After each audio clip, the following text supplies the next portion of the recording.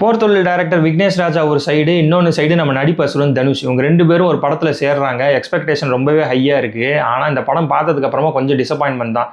ஏன்னா நம்ம தனுஷ் எடுத்திருக்கிற கேரக்டர் வந்து ஒரு திருடன் கேரக்டர். அதுவே வந்து இந்த ஒரு தனி தைரியம் வேணும் அதை எடுக்கிறதுக்கு.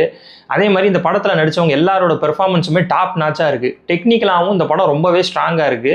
அதே மாதிரி சோஷியல் இஷ்யூஸ் வந்து நிறைய எடுத்து காமிச்சிருக்காங்க. அதாவது இந்த பேங்க்கில் நடக்கிற ஸ்கேமு, போலீஸ் ஸ்டேஷனில் நடக்கிற தில்லுமுள்ளு, விவசாயிகள் பிரச்சனை அப்படின்ட்டு நிறைய நல்ல விஷயங்கள்லாம் சேர்த்துருக்காங்க. ஆனால் எங்கே பிரச்சனை மெயினாக அப்படின்னு நம்ம பார்த்தோம்னா ரைட்டிங்கும் எக்ஸிக்யூஷன்லேயும் தான் அப்படிங்கிற மாதிரி தோணுது.